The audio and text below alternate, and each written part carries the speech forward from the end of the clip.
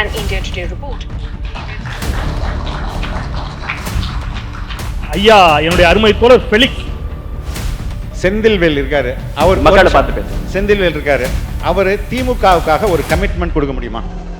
எங்கள் திமுக மறுபடியும் ஆட்சிக்கு வந்தால் இதை செஞ்சிரும் அப்படின்னால அவரால் சொல்ல முடியுமா? இது ஒண்ணுதான் சார். பட்ஜெட் நான் பதில் சொல்ல மாட்டேன் சார். திருப்பரங்குன்றம் நான் பதில் சொல்ல மாட்டேன் சார். தூய்மை பணியாளர்கள் போராட்டம் பண்றாங்க, அவங்க வீட்டுக்கு வந்து பார்க்க சொல்லுங்க சார். 41 பேர் செத்து போயிட்டான், அவனையும் வீட்டுக்கே கூட்டுவா, நான் ஆறுதல் சொல்றேன் சார். அங்க ஒரு நிர்வாகி செத்து போயிட்டான், பணத்தை தூக்கிட்டு மாலையோட இங்க வா, நான் மாலை போடுறேன். இங்க உள்ள அரசியல் விமர்சகர்கள் திராவிட முன்னேற்ற கழகத்தின் ஊழல்கள் பத்தி பேசுவாங்களா?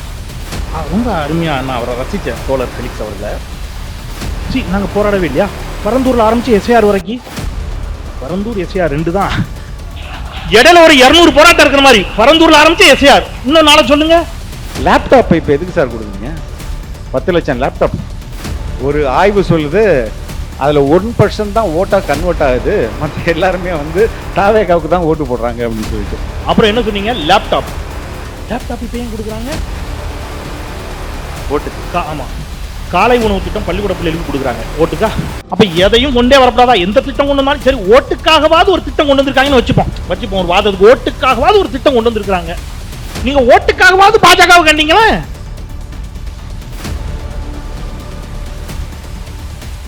The debates for the people. Title sponsor Best Money Gold.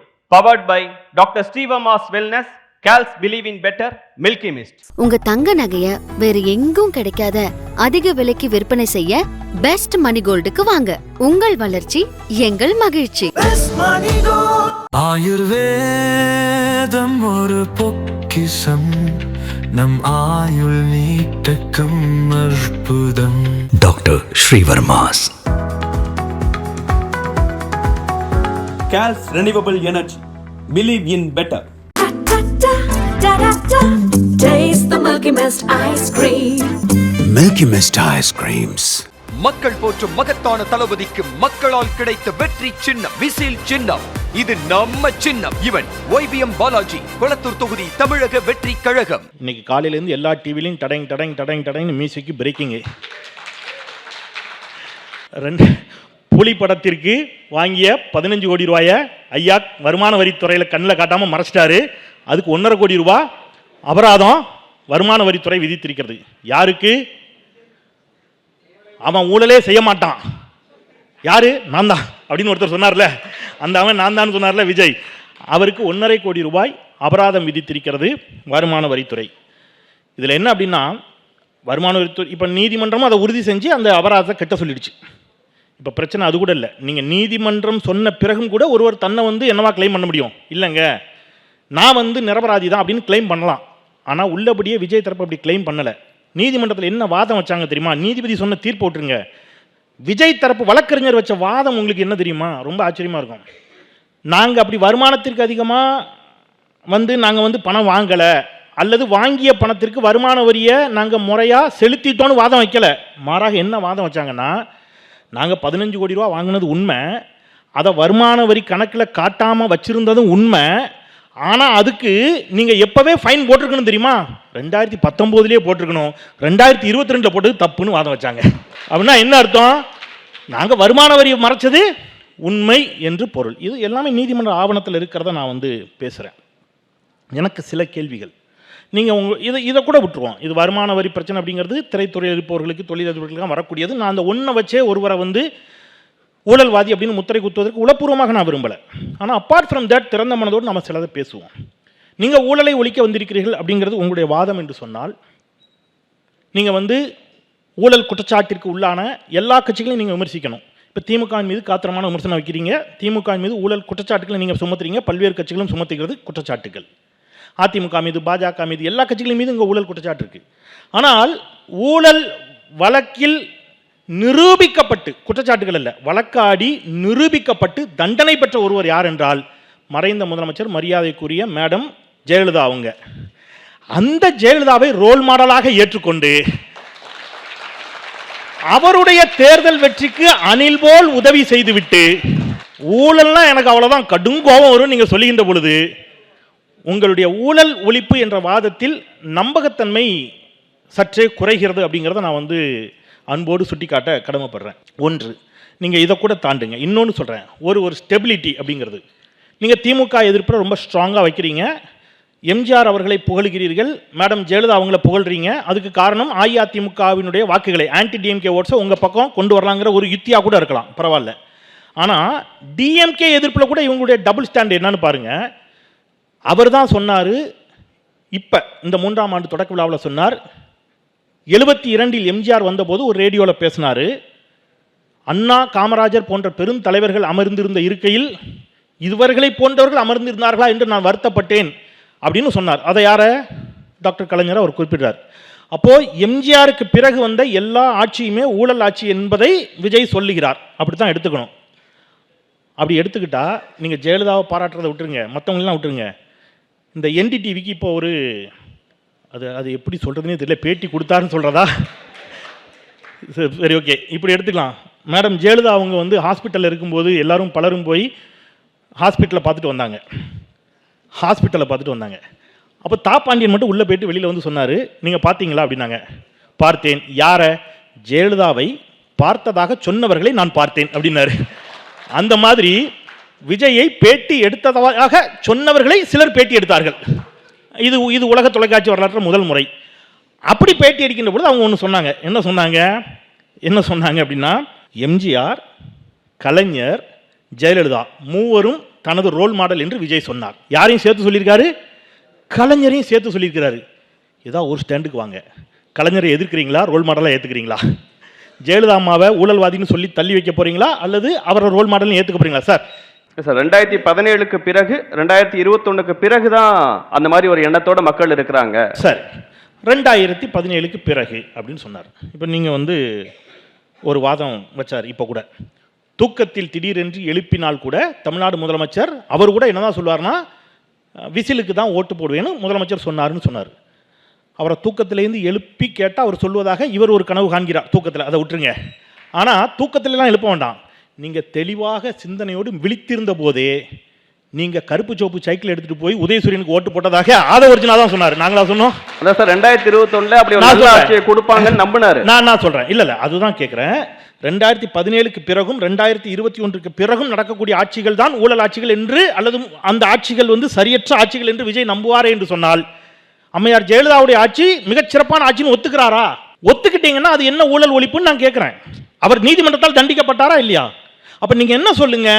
Jayalalithaa அம்மாவும் ஊழல்வாதி, திமுகவும் ஊழல் கட்சி, எல்லா கட்சியும் ஊழல் கட்சி, பாஜக வேண்டாம், நான் தனியாக ஒரு விஷயத்தை பண்ணுறேன்னு நீங்கள் வாதம் வச்சிங்கன்னா அது வேற. உங்களுடைய நீங்கள் முதலமைச்சர் ஆகணும். எதை வச்சு? நான் நல்லா நடிச்சிருக்கேன், எனக்கு நிறைய ரசிகர்கள் இருக்காங்க, இது ஒன்று தான். சார் பட்ஜெட், நான் பதில் சொல்ல மாட்டேன். சார் திருப்பரங்குன்றம், நான் பதில் சொல்ல மாட்டேன். சார் தூய்மை பணியாளர்கள் போராட்டம் பண்ணுறாங்க, அவங்களை வீட்டுக்கு வந்து பார்க்க சொல்லுங்க. சார் 41 பேர் செத்து போயிட்டான், அவனையும் வீட்டுக்கே கூட்டுவா, நான் ஆறுதல் சொல்கிறேன். சார் அங்கே ஒரு நிர்வாகி செத்து போயிட்டான், பணத்தை தூக்கிட்டு மாலையோடு எங்கே வா, நான் மாலை போடுறேன். ஆனால் என்னை முதலமைச்சர் ஆக்கிரு. இந்த இடத்தில் தான் நான் முரண்படுகிறேன். மற்றபடி அவர் களத்துக்கு வரட்டும், திமுகவும் எதிர்க்கட்டும், அதிமுக எதிர்க்கட்டும், பாஜக இருக்கட்டும், காத்திரமாக நீங்கள் களத்திற்கு வாருங்கள். ரசிகர்களை வைத்து மட்டும் ஆட்சியை பிடிக்க நினைப்பது ஜனநாயக விரோதமானது அப்படிங்கிறத நான் முதல் சுற்றில் பதிவு செய்து விழுகிறேன். நன்றி. ஏன் எந்த அளவுக்கு இன்னைக்கு வந்து இன்கம் டேக்ஸ் பற்றி பேசினாங்க, நானும் ஒரு சில ஸ்டாட்டிஸ்டிக்ஸ் சொல்லலாம்னு நினைக்கிறேன். KN நேரு 1820 கோடி ரூபாய் ஊழல். அதற்கு அடுத்தது டாஸ்மாக் செந்தில் பாலாஜி 1000 கோடி ரூபாய்க்கு மேலே ஊழல். அதுக்கு அடுத்தது ரெஜிஸ்ட்ரேஷன் டிபார்ட்மெண்ட் மூர்த்தி தமிழ்நாட்டில் கடந்த 5 ஆண்டில் பதிவு பண்ணுற எல்லா சொத்துலையும் 10% commission. Wait, I will prove it. அதுபோன்றே MK ஸ்டாலின் மேலேயே ஆல்ஸ்டாமில் ஃபஸ்ட்டு ஃபேஸ் மெட்ரோவில் 200 கோடி ரூபாய் லஞ்சம் வாங்கியிருந்தார்னு ஊழல். சரி, இதுக்கெல்லாம் இன்னும் 2 மாஸ்டர்ஸ் இருக்காங்க. ஏவா வேலு, அவர் வீட்டில் 2023 நவம்பரில் ரைடு பண்ணும்போது 22 கோடி கணக்கில்லாத காசு கிடைச்சது. 22 கோடி. அதே மாதிரி குற்றச்சாட்டு வந்து 40 இடத்துலேருந்து 80 இடம் வரையும் அவருடைய 2023 ரைடு நடந்தது. கிட்டத்தட்ட 60,000 கோடி குற்றச்சாட்டு PWD அண்ட் ஹைவேஸில். இதுக்கெல்லாம் மாஸ்டர் வந்து துரைமுருகன் இருக்கார். அவர் எவ்வளோ அடித்தார்னு யாருக்குமே தெரியல. மேசிவ் எவ்வளோ அடிச்சிருக்கிறாரு. கனிமத்தை, நம்மளோட கனிம வளத்தை வெட்டி வெட்டி திருடி விற்று எவ்வளோ அடிச்சிருக்காங்க யாருக்குமே தெரியல. கணக்கிட முடியாத அளவுக்கு கோடி. இப்போ அண்மையில் உங்களுக்கு தெரியும், ஒரு எம்எல்ஏ இங்கே நிருபர்களோட உயிருக்கு, செய்தியாளர்களோட உயிருக்கு எந்த அளவுக்கு ஆபத்தாக இருக்கு? ஒரு எம்எல்ஏ குவாரி நடத்தவே கூடாது. கனிம வளத்தை வெட்டி விற்கிற வேலையை ஒரு எம்எல்ஏ செஞ்சார்னா அது எப்படி ஒரு நல்ல எம்எல்ஏ இருக்கும்னா? சரி, அதை செய்தி சேகரிக்க அதை போனால் அதை அடிக்கிறாரு. அடித்தது மட்டும் இல்லாமல் சிசிடிவை உடைக்கிறாரு. அப்பாவு ஆக்ஷன் எடுக்கப்படும் சொல்கிறாரு. இந்நேரம் அவரை சஸ்பெண்ட் பண்ணியிருக்கணுமா இல்லையா? நீங்கள் சொல்கிறீங்க இன்கம் டேக்ஸ் கேஸு, செந்திலுக்கு எல்லாமே தெரியும், இருந்தாலும் ஒரு தப்பான தகவல்களை இங்கே கொடுத்துட்ருக்கிறாரு. புலி படத்தை வச்சு நாங்கள் ஏதோ வாங்கினது உண்மைன்னு ஒத்துக்கிட்டோம், மறைச்சிட்டோம் அப்படிலாம் கிடையாது. 2016-17 ரிட்டர்ன்ஸ்லேயே we have paid everything. அதுக்கு அவங்க எந்த வருஷம் அதாவது ஃபைன் போடுறது உங்கள் இஷ்டத்துக்கு 5 வருஷத்துக்கு அப்புறம் போடுவீங்களா? அந்த ஃபைன் போடுறதுக்குன்னு நீங்கள் நினச்சா அதுக்கு ஒரு டைம் பீரியட் இருக்குது. வித்தின் 6 months நீங்கள் ஃபைன் போடணும். போடாமல் விட்டு 2022 கொண்டு வந்து போட்டிங்கன்னா அது சட்டத்துக்கு புறமானதுங்க. என்கிட்ட ஜட்ஜ்மெண்ட் காப்பியே இருக்கு. அந்த ஜட்ஜ்மெண்ட் காப்பியில் பாயிண்ட் ஆஃப் டிஸ்பியூட்டே இருக்கு. பாயிண்ட் ஆஃப் டிஸ்பியூட் என்னன்னா, the point of dispute is to whether the proceeding have been concluded within a statutory time. இந்த டைம் தான் இங்கே இஷ்யூ. நீங்கள் எங்க தலைவர் எப்பப்பெல்லாம் படம் வருதோ அப்பப்பெல்லாம் ஒரு ரைடு வரும். இதுக்கு முன்னாடி 2020 சர்ச் நடந்தது. ஒரு பைசா கண்டுபிடிக்க முடியல. அதே சர்ச்சில் நம்ம அன்புச்செழியன் வீட்டில் 77 கோடி ரூபாய் எடுத்தாங்க. ஸோ ஒவ்வொரு முறையும் ஏதோ படம் வரும்போது எப்படி இங்கே நிறைய வெப்பன்ஸ் இருக்குல்ல, இன்கம் டேக்ஸ் ஒரு வெப்பனு, சிபிஐ ஒரு வெப்பனு, இடி ஒரு வெப்பன், அது மாதிரி வெப்பனை அனுப்புவாங்க. But we will face it. நாங்கள் இது செந்தில் சொன்ன மாதிரியோ இது டாக்ஸ் எவேஷனே கிடையாது. நீ ஃபைன் போட்டது தப்பு. அது எங்களுடைய உரிமை. நாங்கள் ஃபைட்டிங் ஃபார் அவர் ரைட்ஸ். ஏன் சார் பேட்டி கொடுக்க மாட்டாரு சார்? இங்கே மீடியாக்கள் தங்களுடைய அறத்தோட நடந்துக்குதா? மீடியா எத்திக்ஸ் இங்கே இருக்குதா? ஃபார் எக்ஸாம்பிள் டெல்லி சிபிஐ போனாரு சார். நானும் ஜேர்னலிஸ்டா இருந்திருக்கேன். உங்களுக்காக பேட்டி கொடுத்துருக்கலாம்ல சார். உட்கார்ந்து சார் உங்களுக்கு பேட்டி கொடுத்துருக்கலாம்ல. இருங்க சார். நீங்க அவர் அங்கே என்கொயரியில் இருக்கும்போதே இத்தனை கேள்விகள் கேட்கப்பட்டன. இந்த கேள்வி யார் சார் உங்களுக்கு லீக் பண்ணுவா? CBI officer. நீங்கள் ரிப்போர்ட்டரும் கேமராமேனும் போய் உட்காந்துட்டு பக்கத்துலேயே இருந்தீங்களா? இல்லை சிபிஐ ஆஃபீஸர் கொஸ்டின் பண்ணுறது பதிலாக உங்களுக்கு வாட்ஸ்அப்பில் அனுப்பிச்சுன்னு தரேன். என்ன மாதிரி நரேஷன் இது? 7 மணி நேரம் லேட்டாக வந்தார். 7 மணி நேரம் என்ன சார்? 7 மணி நேரம் எங்கே சார் லேட்டாக வந்தார்? உங்களுடைய போலீஸோடைய லெட்டரில் எவ்வளோ சார் டைம் கேட்டிருக்கோம்? 4 மணிலேருந்து இரவு 10 மணி வரையும். 7 மணி போனார் லேட்டா. ட்விட்டரில் சொல்லுவீங்க, சமூக வலைதளத்தை போட்டாங்கன்னு. இன்றைக்கி அந்த ட்வீட் அங்கே தான் இருக்குது. போய் எடுத்து பாருங்கள். நிர்வாகிகள் 10 பேர் மட்டும் தான் வரணும். அந்த 10 பேரோட இருக்கு. அப்போ சிஎம்லேருந்து அனைத்து ஊடகங்களும் இங்கே போய் சொல்கிறாங்களா இல்லையா? இங்கே உள்ள அரசியல் விமர்சகர்கள் திராவிட முன்னேற்ற கழகத்தின் ஊழல்கள் பற்றி பேசுவாங்களா? ஒரு 10 ஊழல் பற்றி பேசுவாங்களா? நான் கேட்குறேன் சார். உங்களை புரிஞ்சுக்க முடியுது. நான் என்ன கேட்டேன்னா, நான் கேட்ட கேள்விக்கு பதிலே சொல்லல. 15 நாளைக்கு முன்னாடி இணைவதற்கு முன்பாக புரிஞ்சுக்க முடியுது. இல்ல சார், இங்க மீடியா பதில் சொல்ல விடுங்க. பதில் சொல்ல விடுங்க. மீடியா எத்திக்ஸா இல்ல, எத்திக்கலா இல்ல சார். அதான் சார் பதில் சொல்லணும். சொல்லுங்க. நீங்க சொன்னீங்க மீடியாக்கள் இப்படிலாம் பதில் சொல்றாங்க, இப்படிலாம் சிபிஐ என்கொயரிக்கு போகும்போது இதெல்லாம் டேட்டாஸ் போடுறாங்க, அது எல்லாமே தப்பா இருக்கு அப்படின்லாம் சொன்னீங்க சார். அது அதெல்லாம் சொன்னீங்க. அப்படிலாம் நடக்கும்போது அப்படிலாம் நடக்கலன்னு மீடியாவை சந்திச்சு பேசி இருந்தா சார். நான் தான் சொல்றேன். இதை இன்னொரு கேள்வியும் சேர்த்து கேட்டேன். நீங்க இணைவதற்கு முன்பாக நீங்க ஒரு ஊடகத்தை நடத்தினவர் தான். நீங்க நேர்மையா இருக்கீங்கும் போது நீங்க நேர்மையா தான் இருந்திருப்பீங்க எனக்கு தெரிஞ்சு. அப்ப உங்களுக்கு ஒரு பேட்டி கொடுத்திருக்கலாம்ல. ஊடகவியலாளர்கள் எல்லாருமே ஒரு பக்கமா இருக்காங்கன்ட்டு எல்லா ஊடகவியலாளரையும் ஒரு பக்கம் தள்ளி வைக்கிறது எப்படி சரியா இருக்கும்? இங்க பெரும்பான்மை ஊடகங்கள் எப்படி இருக்கு, நீங்க அதை பேசுங்க. மெஜாரிட்டி என்ன பண்றாங்க? அது நேஷனல் சேனலா இருக்கட்டும், லோக்கல் சேனலா இருக்கட்டும். இவர் சார், நீங்க காஃபி குடிக்கவாது உங்கள்கிட்ட பார்த்துட்டு போறோம் என்டிடிவி சொல்றாங்க. அவங்களுக்கு கூட பேச மாட்டாரா? அவங்களையும் இன்னொரு பக்கம் சரியான அவரே சொல்லியிருக்காரு, சரியான நேரத்தில் சரியான ஊடகத்துக்கு நான் பேசணும் தான் சொல்லியிருக்காரு. ஓகே, அதை அவாய்ட் பண்ணிட்டு போக முடியாது. நான் என்ன சொல்றேன், செந்தில்வேல் இருக்காரு, அவர் மக்களை பார்த்து பேசுங்க. செந்தில்வேல் இருக்காரு, அவர் திமுகவுக்காக ஒரு கமிட்மெண்ட் கொடுக்க முடியுமா? எங்கள் திமுக மறுபடியும் ஆட்சிக்கு வந்தால் இதை செஞ்சிரும் அப்படின்னால அவரால் சொல்ல முடியுமா? அவர் எதுக்கு சார் சொல்லணும்? ரைட், சொல்ல முடியாதுல்ல. அப்போ எந்த ரெஸ்பான்சிபிலிட்டியும் நாங்கள் எடுத்துக்க தயாரில்லை. அப்போ அவர் டிஜெக்ட் பண்ணிட்டு போயிடுவார். எனக்கும் திமுக சம்மந்தம் இல்லைங்க, நான் ஒரு பத்திரிகையாளர், அரசியல் விமர்சனம் போயிட்டே இருப்பார். புரியுதுங்களா? இதுதான் அவங்களுடைய ஸ்ட்ராட்டஜி. லேப்டாப் இப்போ எதுக்கு சார் கொடுக்குறீங்க? 10 லட்சம் லேப்டாப். ஒரு ஆய்வு சொல்லுது அதில் 1% தான் ஓட்டாக கன்வெர்ட் ஆகுது, மற்ற எல்லாருமே வந்து தாவேகாவுக்கு தான் ஓட்டு போடுறாங்க அப்படின்னு சொல்லிட்டு. ஜெயலலிதா அவர்கள் லேப்டாப் கொடுக்கும்போது விஜய் கட்சி ஆரம்பிச்சிட்டாரா என்ன? என்ன சார்? ஜெயலலிதா அவர்கள் லேப்டாப் கொடுக்கும்போது ரொம்ப சரியான கேள்வி சார். எந்த மாணவர்கள் கொடுத்தாங்க? எந்த ஸ்டாண்டர்டு கொடுத்தாங்க? எந்த ஸ்டாண்டர்ட் கொடுத்தாங்க? காலேஜ். இப்போ இவங்க யார் கொடுக்குறாங்க? Final year. இப்போ என்ன மந்த் சார் இது? சார், மாணவர்களை அடுத்தடுத்த கட்டங்களுக்கு கொண்டு வரதுக்கு ஏதாவது முயற்சி பண்ணா எல்லாமே டிவிக்கு. நீங்க அப்படி அக்கறை இருந்ததுன்னா +2 மாணவர்களுக்கு கொடுத்துருக்கணும், இல்லைன்னா ஃபர்ஸ்ட் இயர் மாணவர்களுக்கு கொடுத்துருக்கணும். யாருக்கு ஓட்டு உரிமை இருக்கோ அவன் வந்து ஒரு 2 மாசத்துல முடிக்க போறான் சார் காலேஜ், அதுக்கப்புறம் வேலைக்கு போக போறான். அவனுக்கு கொண்டு போய் கொடுக்குறீங்க. யாரா அவனுக்கு தான் ஓட்டர் ஐடி இருக்கும், அவனை அட்ராக்ட் பண்றது தான் இந்த மொத்த நோக்கத்தோடைய இந்த திட்டத்தோடைய. அதுக்கு 10 லட்சம் கோடி நம்ம காசு நீங்க ஓட்டு சம்பாதிக்கிறதுக்கு. அதுக்கு அடுத்தது ரொம்ப முக்கியமானது ஒன்று சொன்னாரு ஆலூர் ஷானவாஸ்கான் பேசும்போது, எளிய மக்களுக்கும் ஜனநாயகம், கடைசி மனிதனுக்கும் அதிகாரம். அப்படித்தானே சார் உங்கள் முழக்கம்? இதை நீங்க மறந்துட்டீங்களே சார். மறந்துட்டு ஆட்சியிலும் பங்கு அதிகாரத்திலும் பங்குன்ற முழக்கத்தை தொடங்கினதே விசிகே தான்.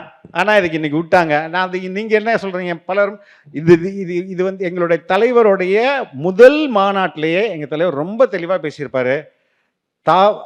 தமிழக வெற்றி கழகம் தன்னந்தனியாகவே போட்டியிட்டு ஒரு மாபெரும் கட்சியாக பெரும்பான்மையுடன் ஆட்சி அமைக்க முடியும்.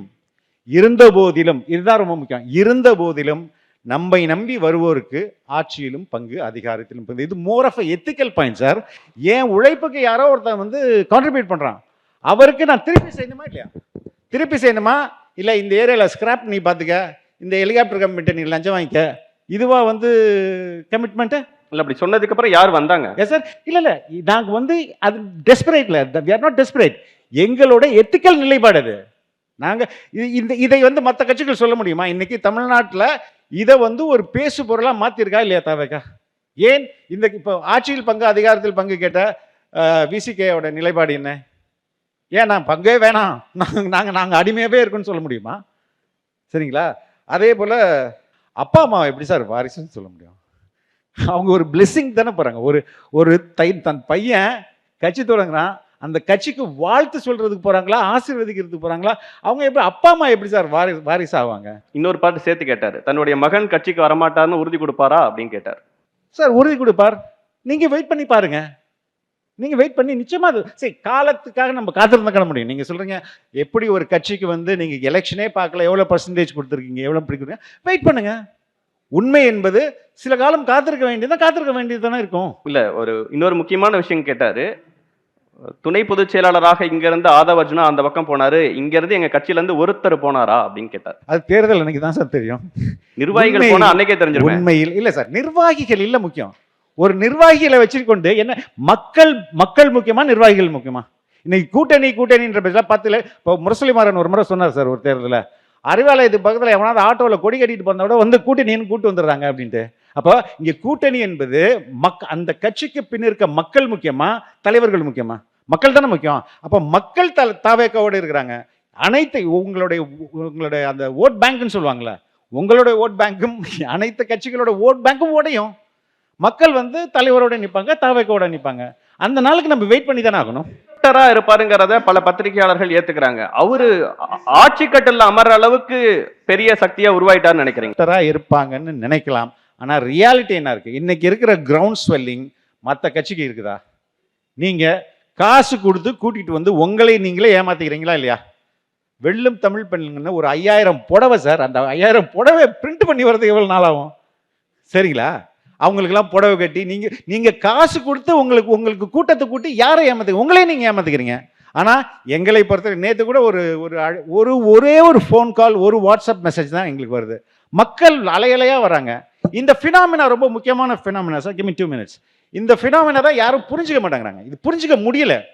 இது வந்து ஒரு தலைவர் மேல இருக்கிற அன்பு. இந்த ஃபினாமினாவை மற்ற அரசியல் தலைவர்களோ மற்ற அரசியல் கட்சிகளோ புரிந்து கொண்டு அதை பெனட்ரேட் பண்ணி உடைக்கிறதுன்றது ரொம்ப ரொம்ப கஷ்டம். It's a mutual love between the leader and the people and the emotional connect. இது வந்து ரொம்ப ஆண்டுகளாக நடந்த ஒரு ஃபினாமினா. இதை நீங்கள் ஒரு நாளில் வந்து லேப்டாப் கொடுத்து உடைச்சிடலாம், இல்லைனா வந்து பெண்களுக்கு ஏதாவது கலராக அறிவிப்பு கொடுத்து உடைச்சிடலாம் அப்படின்றது அது முடியாது. It's too late. நீங்கள் என்ன செஞ்சாலும், இப்போதான் நான் சொல்கிறேனே, ஒரு மிகச்சிறந்த ஆய்வாளர் அவர் சொல்லியிருக்கிறாரு, 1% தாங்க ஓட் கன்வர்ஷன் நடந்திருக்கு 10 லட்சம் லேப்டாப்ல அப்படின்ட்டு. ஸோ நீங்க என்ன முயற்சி பண்ணாலும் 26 தேர்தல் என்பது பைப்போலார் நீங்க தான் சொன்னீங்க. ஐ திங்க் நம்ம ஷபீர் சொன்னார் நினைக்கலாம் பைப்போலார். யூஸ்வலா இருந்துட்டு இருக்க ஒரு விஷயம். பைப்போலார் இல்ல, இது யூனிபோலார். இன்னைக்கு வந்து களத்துல நிக்கிற ஒரே கரிஸ்மேட்டிக் லீடர்ன்றது தவேகா தலைவர் விஜய் அவர்கள் தான். இங்க ஒரு வீடியோவும் இருக்கு, என்கிட்ட ஆடியோவும் இருக்கு. நான் ஒரு நிமிஷம் நான் ப்ளே பண்றேன், அதை நீங்க கொஞ்சம் கேட்டீங்கன்னா உங்களுக்கு புரியும். ஒரு நிமிஷம்.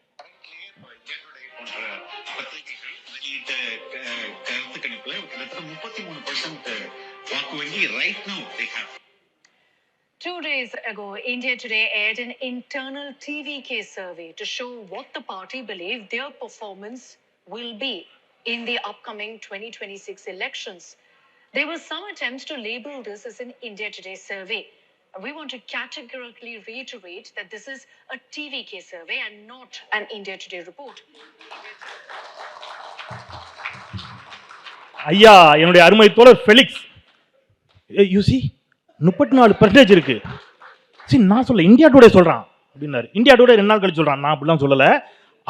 அது உங்க இன்டர்னல் சர்வேவை ஏன் எங்க பேர்ல எழுதுறீங்கன்னு இந்தியா டுடே சொன்ன செய்தியை நாங்கள் காட்டியிருக்கிறேன். இப்படித்தான் இவருடைய கருத்துருவாக்க அரசியல் இருக்கிறது. ரொம்ப அருமையா நான் அவரை ரசித்தேன், தோழர் ஃபெலிக்ஸ் அவர்களை. சரி, நாங்கள் போராடவே இல்லையா? பரந்தூரில் ஆரம்பிச்சு எஸ்ஐஆர் வரைக்கும், பரந்தூர் எஸ்ஐஆர் 2 தான். இடையில ஒரு 200 போராட்டம் இருக்கிற மாதிரி பரந்தூர்ல ஆரம்பிச்சு எஸ்ஐஆர். இன்னும் நாளை சொல்லுங்க, பரந்தூர் எஸ்ஐஆர் அவ்வளவுதான். நிர்வாகிகள் போறாங்களேங்கிற எஸ்ஐஆர் போராட்டம் எத்தனை நிமிஷம் நடந்துச்சு? அவ்வளவுதான், 3 நிமிஷம். இந்த அரங்கில் நாங்கள் எல்லாரும் விருப்பி நான் பேசுறேன். நீங்க வந்து ஐயா விஜய் அவர்கள் அது குறித்து பேசிய ஒரு வீடியோ இருக்கு, எஸ்ஐஆர் குறித்து. தோழர் ஃபெலிக்ஸோ மற்றவர்களோ அதுல பாஜகவை கண்டிக்கிறேன் ஒரு வார்த்தை எடுத்து காட்டிருங்க. அப்புறம் என்ன சொன்னீங்க? லேப்டாப் இப்போ ஏன் கொடுக்குறாங்க? ஓட்டுக்கு. ஆமா, காலை உணவு திட்டம் பள்ளிக்கூட பிள்ளைகளுக்கு கொடுக்குறாங்க. ஓட்டுக்கா? அதுவும் ஓட்டுக்கா? சார், தமிழ்நாட்டில் பிச்சைக்காரர்கள் நலவாரியம் மறுவாழ்வு மையங்களை உருவாக்கியவர் கலைஞர். ஓட்டு இருக்கா உங்களுக்கு? இந்த இன்னைக்கு மெரினா பீச்சில் வீடற்றவர்கள் தங்குவதற்கு விடுதி கட்டி கொடுத்திருக்கிறது திராவிட முன்னேற்ற கழக அரசு. எதுக்கு அவங்களுக்கு ஓட்டு இருக்கா? அவங்க எத்தனை பேருக்கு ஓட்டுரிமை இருக்குது? எத்தனை பேருக்கு ஓட்டுரிமை இருக்குது? இந்தியாவில் முதலில் பெண்களுக்கு சொத்துரிமையை தந்தது திராவிட முன்னேற்ற கழகம். ஓட்டுக்காக தான் கொடுத்தாங்களா? அனைத்து ஜாதியினர் அர்ச்சகர் ஓட்டுக்காக தான் கொடுத்தாங்களா? அங்க போதாமை இருக்கு, குறைபாடு இருக்கு, சிக்கல் இருக்கு, சுட்டி காட்டுங்க. எல்லாத்தையும் ஓட்டுக்காக தான் செஞ்சாங்கன்னா எதை ஓட்டுக்காக செஞ்சாங்க? நீங்க சரி, ஓகே, ரைட், ஏதோ எல்லாத்தையும் நான் முதல்வன் திட்டம், புதுமை பெண் திட்டம், அப்ப எதையும் கொண்டே வரப்படாதா? எந்த திட்டம் கொண்டு வந்தாலும் சரி, ஓட்டுக்காகவாது ஒரு திட்டம் கொண்டு வந்திருக்காங்கன்னு வச்சுப்போம் ஒரு வாதத்துக்கு. ஓட்டுக்காகவாது ஒரு திட்டம் கொண்டு வந்திருக்காங்க. நீங்க ஓட்டுக்காகவாது பாஜகவை கண்டீங்களா? மாட்டீங்க, ரைட்டு. அப்புறம் இன்னொன்று சொன்னார் ரொம்ப அழகா. அது வந்து இவங்க குற்றச்சாட்டு எல்லா அமைச்சர்கள் மீது, ஏவாவேலு மீது வரிசையா குற்றச்சாட்டா சொன்னார். இது எல்லாமே குற்றச்சாட்டு. நீதிமன்றத்தில் இன்னும் ஃபைனல் வெர்டிக்ட் வரல. இந்த குற்றச்சாட்டுகளில் ஃபைனல் வெர்டிக்ட் வந்தால் அவர்கள் குற்றவாளி, எஸ், கண்டிக்கத்தக்கது, மாற்று கருத்து இல்லை. இப்ப இவர்கள் எல்லாம் குற்றம் சாட்டப்பட்டிருக்கிறார்கள். எனவே இந்த அரசு வேண்டாம், திமுக வேண்டாம் அப்படின்னு தோழர் ஃபெலிக்ஸ் வர்றாரு. இவர்கள் எல்லோரும் குற்றச்சாட்டுக்கு உள்ளானவர்கள். Very good. இப்ப இதுக்கு மாற்றா ஒண்ணு சொல்லுங்க. யார சொல்லுங்க? குற்றம் நிரூபிக்கப்பட்டு நீதிமன்றத்தால் அபராதம் விதிக்கப்பட்ட விஜய்க்கு ஓட்டு போடுங்க. இது என்ன லாஜிக்? அதாவது குற்றம் சாட்டப்பட்டவர்களுக்கு ஓட்டு போடக்கூடாது, குற்றம் நிரூபிக்கப்பட்டு என்ன குற்றம், அதை வந்து ரொம்ப ஈஸியா எக்கனாமிக்கல் கிரைம்னு கடந்து போறாங்க. எது எக்கனாமிக்கல் கிரைம்? அப்புறம் அவர் சொன்னார் 6 மாதத்திற்குள். எனக்கு தெரிந்த சட்டம், தோழர் ஃபெலிக்ஸுக்கு தெரிந்த சட்டம், நீதிபதிக்கு தெரியாதா? இந்த வாதத்தை எல்லாம் கேட்டு முடிச்சுட்டு தான் அவங்க என்ன சொல்றாங்க, இல்ல சட்டத்தில் இடம் இருக்கிறது. என்ன பிரச்சனை நான் சொல்றேன் சார். இவங்க வந்து அந்த பணத்தை இவங்க போய் சோதனை போடுறாங்க. சோதனை போடும்போது எக்ஸ்ட்ரா இருக்கிற பணம் கைப்பற்றப்படுகிறது, கணக்கு கேட்கறாங்க. அப்ப விஜய் என்ன சொல்றாரு? சார், வாங்கினது உண்மைதான், நான் அடுத்த நிதி ஆண்டுல இதுக்கு வரி கட்டிடுவேங்கிறாரு. இப்ப அவங்க கேட்ட கேள்வி, நான் ஒருவேளை வந்து சோதனை போட்டு இந்த பணத்தை கைப்பற்றலைன்னா நீங்க கட்டியிருப்பீங்களா? பத்திரிகையாளரை தாக்குன டிஎம்கே எம்எல்ஏ சொன்னாரு, நான் மிக மிக மிக மிக மிக மிக வன்மையாக கண்டிக்கிறேன், திராவிட முன்னேற்ற கழக எம்எல்ஏவை மிக மிக வன்மையாக கண்டிக்கிறேன், மாற்று கருத்தே இல்லை. அராஜகம், அட்டூழியம். இப்ப நீங்க சொல்லுங்க, அவங்க இத்தனை வருஷம் ஆட்சியில் இருந்த கட்சி, ஆட்சி அதிகாரத்தில் இருப்பவர்கள் அவ்வாறு நடந்து கொள்கிறார்கள் என்று கண்டிக்கிறீர்களே. நீங்க இந்த ஆட்சிக்கே வரல, ஒரு கவுன்சிலர் கூட ஜெயிக்கல. நீங்க ஈசிஆர்ல உங்களுடைய 2ஆம் ஆண்டு விழா, இன்னைக்கு 3ஆம் ஆண்டு விழா, போன வருஷம் 2ஆம் ஆண்டு விழாவில் ஒரு பத்திரிகையாளர் நெஞ்சில அடிச்சு அவன் நெஞ்சு வலி வந்து கீழே வந்து ஆம்புலன்ஸ்ல தூக்கிட்டு போனாங்க. வீடியோ வேணுமா? காட்டவா? செங்கோட்டையன் இப்ப உங்க பனையூர் பங்களால செங்கோட்டையனுடைய இணைப்பு விழா பனையூர்ல நடந்த போது பத்திரிகையாளர்களை தாக்கியதற்கு பத்திரிகையாளர்கள் உங்கள் வாயிலில் நின்று போராட்டம் நடத்தினார்களே, அது மறந்து போச்சா உங்களுக்கு? அப்ப நீங்க எந்த இடத்துல மாற்றுன்னு வர்றீங்க? நான் இன்னொரு தப்புக்கு ஒரு தப்பை ஈக்குவல் பண்ணல. நீங்க பேசுறீங்களா நான் மாற்று அப்படின்னு, எங்கேருந்து எதை நீங்க வந்து மாற்றுன்னு சொல்ல வரீங்க அப்படிங்கிற கேள்வியை தான் நான் கேட்கிறேன். அப்புறம் வந்து வேற 2-3 விஷயங்களை கூட சொன்னாரு. நீங்க வந்து இவ்வளவு கூட்டம் வருது இல்ல, இவ்வளவு வியூஸ் வருது இல்ல, நிறைய வியூஸ் வைகோ அவர்கள் பங்கேற்ற கூட்டத்திலே 500 பேரை பார்க்க முடியல. எங்க நிர்வாகிகள் கூட்டம் போட்டா 4000-5000 பேர் வராங்க ஊருக்குள்ளேயே. கரெக்ட். நிறைய கூட்டம் வருது, நிறைய பார்வையாளர்கள் இருக்கிறாங்க. நான் திருப்பியும் சொல்றேன், நான் அண்டர் எஸ்டிமேட் பண்ணல. நான் என்னுடைய வாதத்தை ரொம்ப தெளிவாக வைக்கிறேன். விஜயை நான் குறை மதிப்பீடு செய்ய விரும்பல, மிக மதிப்பீடு செய்ய விரும்பல. இந்த கூட்டம் எல்லாம் ஒருவேளை நாளை வாக்காக கூட மாறலாம். அதுலயும் மாற்று கருத்துல வாக்காக கூட மாறலாம். நான் கேட்கிற கேள்வி ரொம்ப முக்கியமான கேள்வி, ஜனநாயகத்தை நோக்கிய கேள்வி. இது வாக்காக மாறுவது ஜனநாயகத்திற்கு ஆபத்தா நல்லதா? அதைத்தான் நான் திருப்பி திருப்பி கேட்கிறேன்.